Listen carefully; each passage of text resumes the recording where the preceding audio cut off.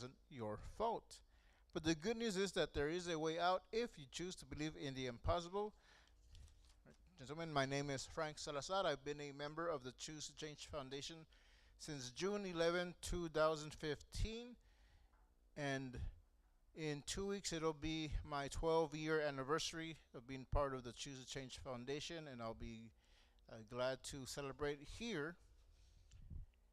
And I didn't come because I had to. I wasn't forced by parole. Never did time, but I needed to change. And when I found this place, I knew this was the place for me. I was estranged from my children, and this Saturday I will have one of my sons here, and he'll be here with me for majority of June. And usually I just get a week or two, but this time I have uh, most of June. So that I say that because it's a process, and I wouldn't even have that if it wasn't for what Orlando has done for us and what Choose to Change has done for us. It's been 12 long years, but we're in the process, and I'm staying in the process, and I want to thank Orlando, and I will now introduce Orlando. He is our mentor, and please join me in welcoming Orlando to the lectern. Let's give him a round of applause. Thank you, Frank. Awesome. See, I get an introduction and everything. That's awesome. So, welcome everyone. As I was sharing with you guys, what you're sitting in here is what I call a 90-day reentry program. And I call it a 90-day reentry program because I challenge everyone, especially if you're new, to give me 90 days of your life. Come for 90 days. Come to church. Come to what we do, and see what God will do for you. It's not always easy, but there's nothing easy. I tell people all the time, if you're looking for easy, you may as well stop now. There is no easy. There is no easy going to college. There is no easy getting a job. There is no easy day over day, working. There's no easy. It's just part of life. And it's going to be difficult sometimes. In fact, it's going to be difficult. It's part of life. But I want to, and that's, sometimes I feel like I'm being negative, but the thing is, it's a reality. It's promised. We have to build our lives on some kind of solid foundation. In our case, as Christians, as believers, we believe we're building a life on Christ. And what that means is learning to do the way things He would have us do. And it's all in the Bible, and it's all learning it. And we move forward. And part of what I want to do here is help you understand some of those things that we have to do. A lot of things that need to change in our lives. I didn't know what needed to change in me. I knew I had to stop being a loser drug addict. I knew that. But there was a lot of other things I didn't know. And a lot of what I teach here is what I've learned over the last 30 years. So, welcome to the 90-day reentry program. Today I went to, I do addiction presentations. And I talk a lot about addiction in here because addiction and drugs how many had a drug or alcohol problem here? Anybody? So that's usually what took us to prison. Not everybody, but usually drugs and alcohol. And so then learning to live a new life without drugs after prison is what I'm trying to help you do. Trying to rebuild your life. So then today I was doing an addiction presentation because I teach addiction, what it is, what's the solution, and where to start. And here what I'm teaching you is where to continue your journey after prison, after drugs. And it all starts right here with a sincere desire to change your life. With a sincere desire to change your life. And this is just, basically you can look at this like school. This is basically a class. We're going to learn some things, but then you go implement it. while you're at school, while you're at work. I got to keep believing. I got to keep going. It's tiring. It's hard. It's not easy, but I got to keep going. That's how it works. You have to have a sincere desire. And like I was telling you, normal people start up here, but us, with the monitor, with parole, with probation, with more time to do, you're held to a whole new different standard, and you have to overcome it. I didn't get off parole till I was 50. Think about that for a minute. 50. And that means that I had been on parole, on probation, or in prison since the age of 16 years old. Think about that for a minute. From the age of 16 to the age of 50 on paper or in prison. 13 of those years I was in prison. A few years, 10 years as a drug addict. So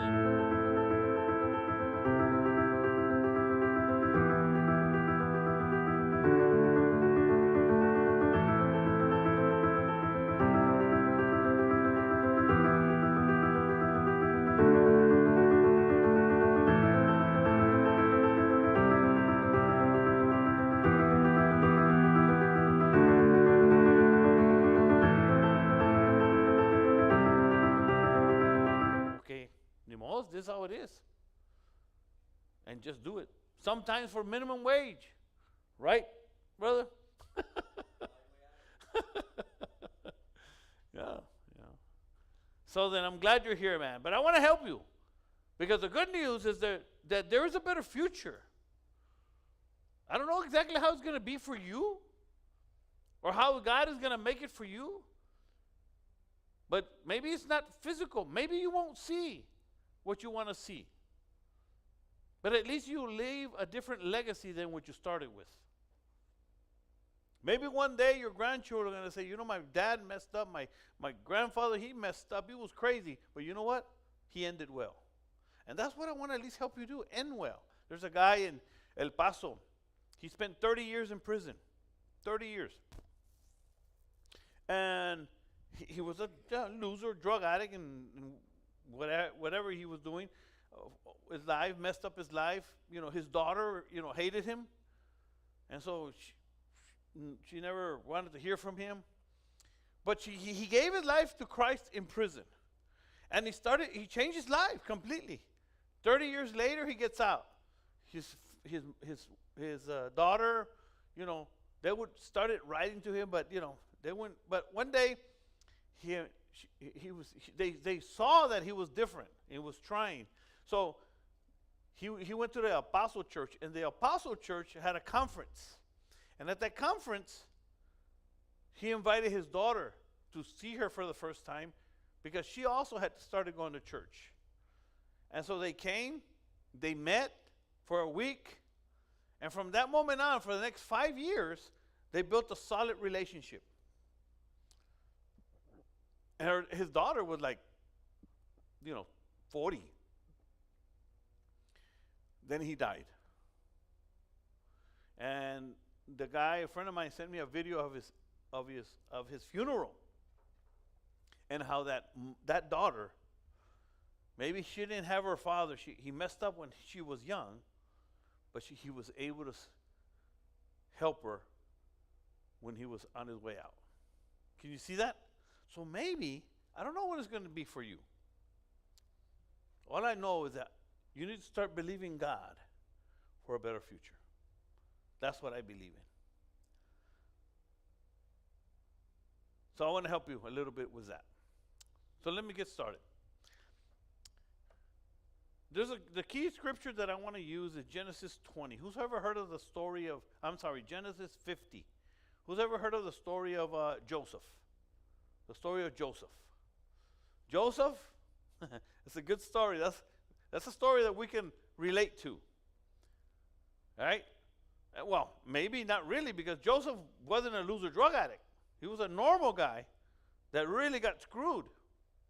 That's just how it is. They really messed him over. You know what I mean? And because God called him, gave him a dream when he was young. And well, let me read the scripture. It said like this, Genesis 50:20. 50:20. This is, let me set the stage here. This is Joseph at the end of his life. So this is the good part. He's king, or next to the king. He's running a whole country. It's the king and then Joseph. The king and then Joseph. Joseph ran everything. And his brothers had given him up to slavery. They had tried to kill him. They left him for dead. And that's where Joseph started his life. But, 20 years later, or whatever it is, God pulled him out of everything he went through, put him on the throne, and now the family has to come to him. Now they have to bow before him, which is, he had a dream that would, we'll get into that in a minute. But here's what he said at the end of that. I guess I should have started with this. Joseph said, "But as for you," talking to his brothers, "you thought evil against me, but God meant it all for good." But God meant it all for good.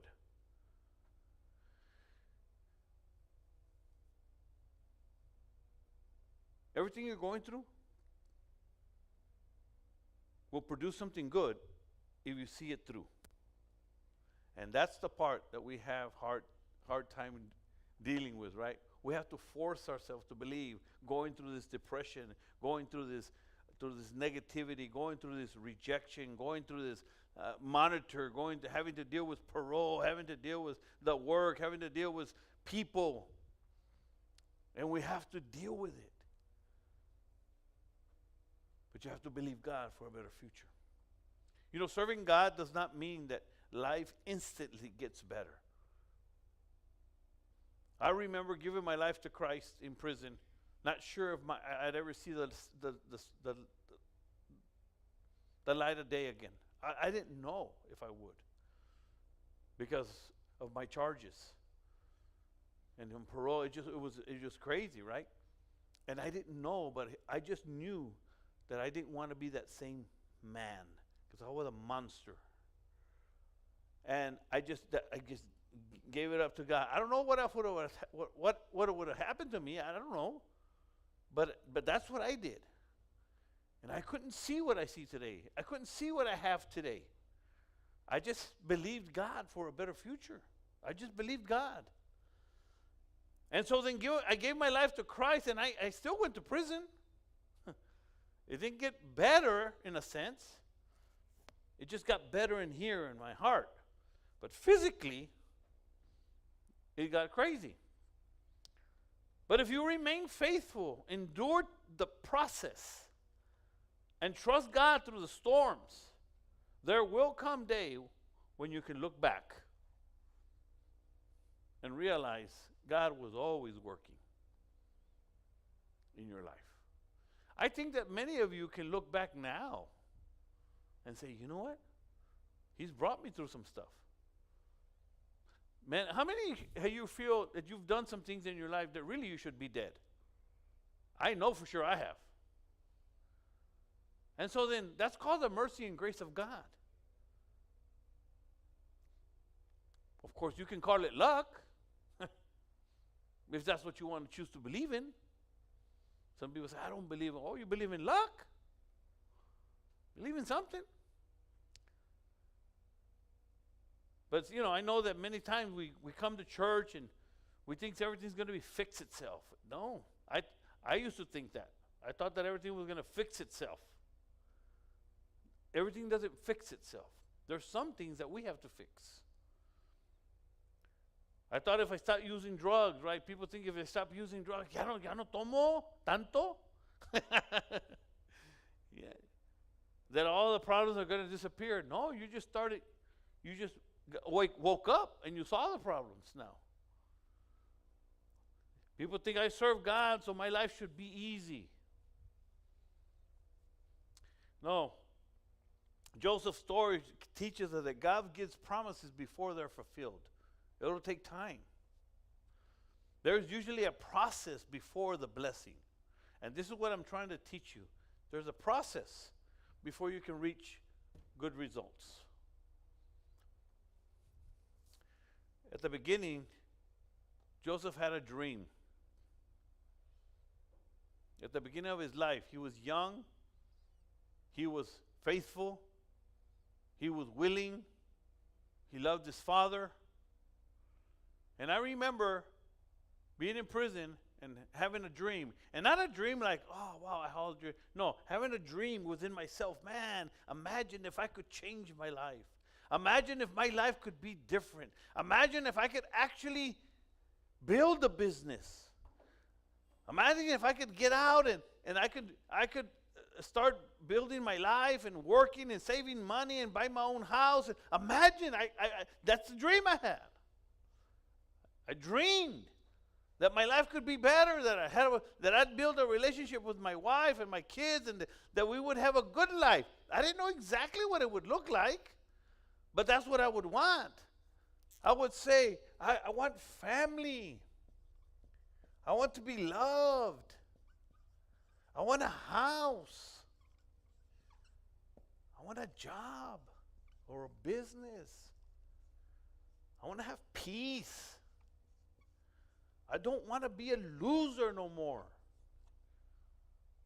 That was my dream.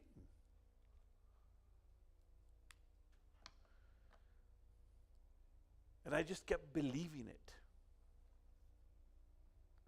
Things didn't get easier, but I just kept believing it. And then one day I just wake up one day and realize I'm living a dream. I'm living a dream. And that's how we have to be. You have to keep going, man, and keep digging and keep digging and keep digging. I don't know if you ever heard that illustration where a man was working for years, digging, trying to find gold. Trying to find gold, just digging and digging and digging and digging and digging and digging. Y nunca halló gold. So he gave up. And then the next man came, and they just dug a little bit more and found gold.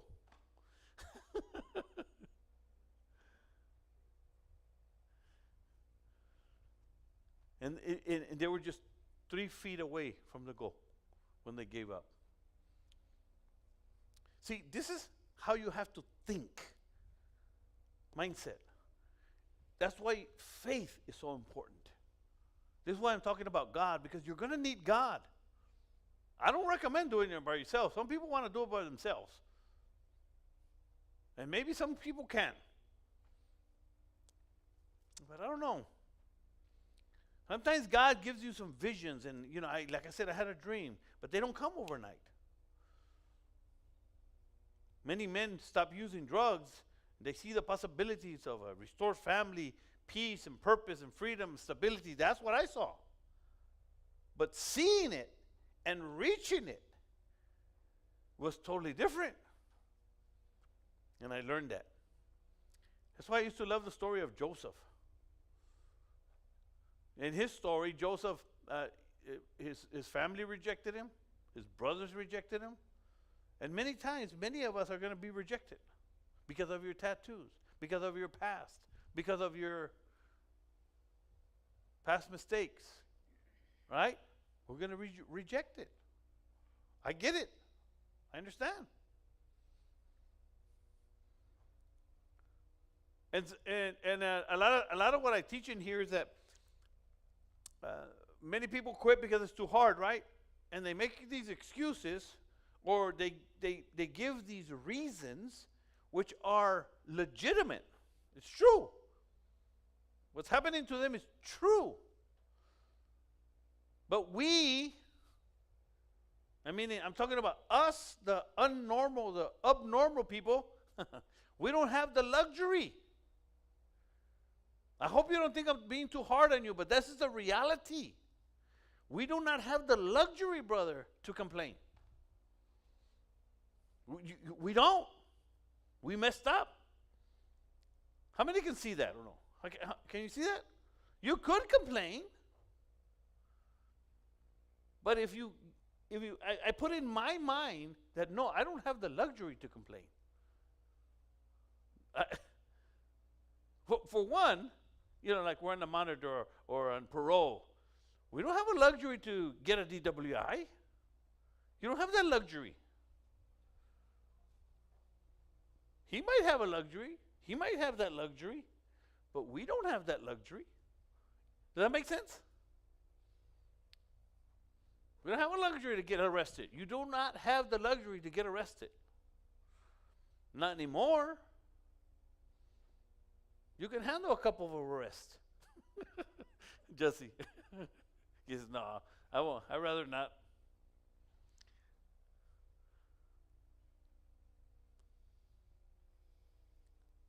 So sometimes believing God for a better life can be hard. Well, it is hard. Sometimes family will hurt you, friends will abandon you, and people will misunderstand you.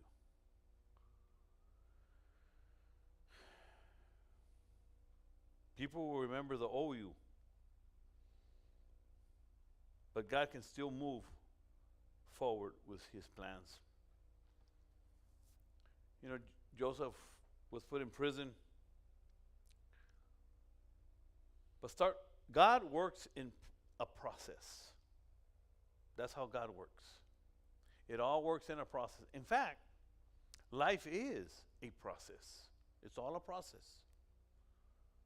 You remember when we would get to prison and we had to be processed in and then processed out? Everything had a process. Life is a process. Joseph's process was the pit that led to a prison, that led to the palace. From the pit to the prison to the palace. That's how it worked for him. What looked like setbacks were actually set-ups for a better future. Sometimes God is building character in you. He's building endurance. Things that we're going to need. He's building humility. Learning to humble yourself. Especially us men. Many of us are real prideful. For many, in fact, pride, for many of us, got us in trouble.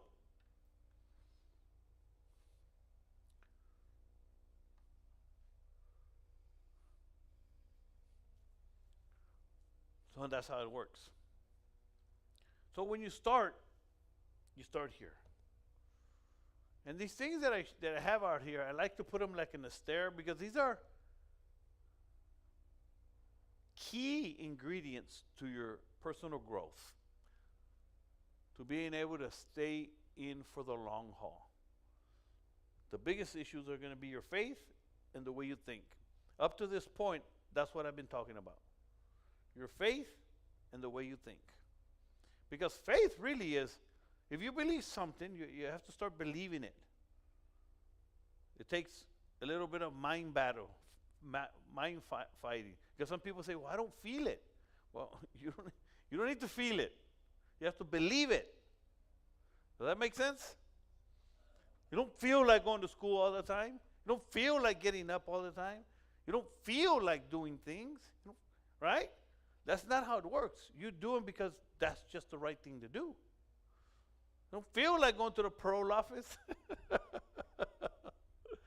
It doesn't matter. You do them because that's faith.